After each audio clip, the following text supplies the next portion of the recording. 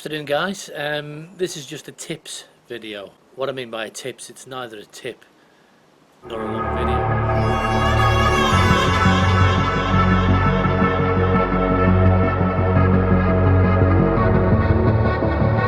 What I just want to talk about is, again on the hygiene side of survival, is how do we wash, how do we stop crutch rot, athlete's foot, how do we approach this?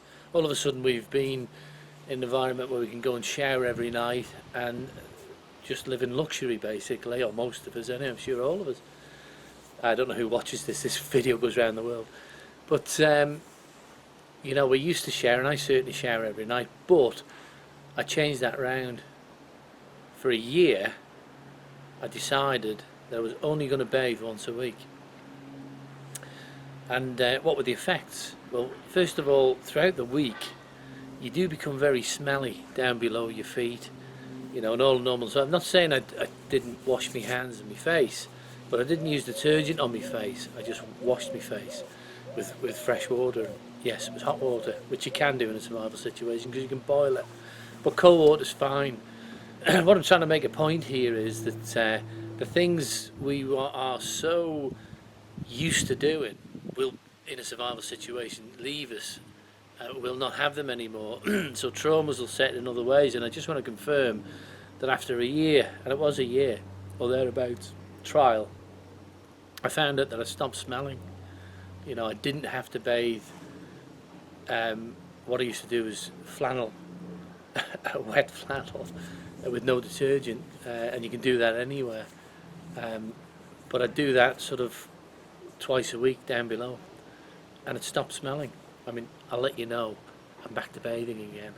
But you could quite easily even socialise. It wasn't a stench. The under the arms were very smelly, usual stuff as you can imagine. But even that quietened down, whereby I rub with the flannel, you'd have your odour, but it wasn't pungent, and you could get away with it. So if you had to go to town in a survival situation, you'd fit in.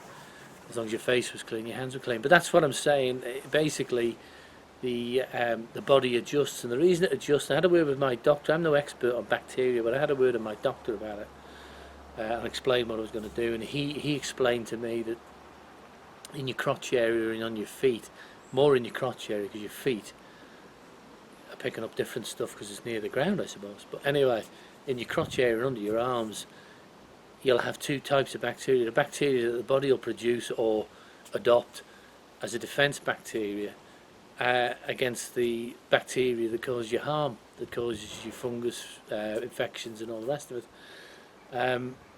But when you bathe, you wash that away. Now if you bathe every night, that's fine because you're washing both of them away.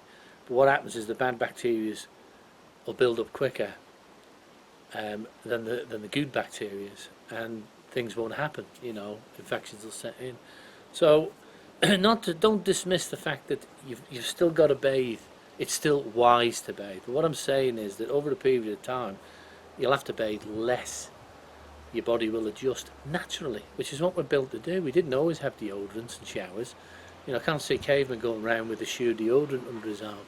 He must have had to. And ask yourself the question: how did they manage? Did they get used to the smell? No, the smell wasn't as pungent. If you don't believe me, try it yourself, but it will take 6 months, 3 to 6 months before things start changing around. And then I'm going to change it back again because there's nothing better to get into bed after a hot bath, as anybody who's outdoors and indoors knows that. But you'll find that things will change around, not to repeat myself, and your body will adjust completely. And I dare say if I carried it on, I could carry this on now, actually. Just bathing once a week, which could probably lead into bathing when I can, 2 weeks, 3 weeks, a month. I mean, you look at Tibetans, they're black, you know, and the children are black because there's no real water or rivers knocking about. I never really thought until I tried this experiment on myself. The body must adapt. Africans generally keep themselves clean because they must have a supply of water where they are. But no, the body will adjust. Looking clean is important if you're fitting into society. You do have parasites on the skin, but you can defoliate that away. Now we will go into saponins plants with soap-like qualities that are readily available. You know, to think of one is the horse chestnut. You can grab a bunch of leaves, you can mush them up in water, and it'll turn the water into a soapy substance. There'll be no foam, but it'll clean your skin just like soap. You know, you won't feel the benefits of, you won't feel that lovely frothy stuff that we buy from the supermarket, but you'll feel like it feels more slimy, but it washes off, and you're clean. Well, you can do that all over, and you can do that in the niches and nooks and crannies. But think about it now, you're thrown into a survival situation. It could be a plane crash in Northern America or Canada, where you're not going to have, it's going to be very cold for a start, so personal hygiene can be neglected. You could be thrown into the desert where there isn't a lot of water about. You could be thrown into the jungle where you are unlimited amount of water supply and all. But basically, flannel washing does the business without soap if necessary, with soap if you can get it. Use natural soaps, or maybe some stuff you put in your bug out bag. Think about your bug out bag differently. It's great sleeping under a hedge, but you might have to be there for a year. You know, families had to survive, groups had to survive in the war for years, you know, and they had to develop skills that brought their life to some norm, using what they had around them, what they could hunt, what they could fish, what they could find to eat in the way of plants and medicines off trees, which we're doing in the next series. This is just, I'm sorry, I don't want to bore you, just want to tell you that I did an experiment. It worked successfully. Don't worry if you get in a bad situation too much about submersing the whole body and having a shower every day. Make sure you flannel wash yourself, or cloth wash yourself if that's what you can get your hands on, or shirt wash yourself.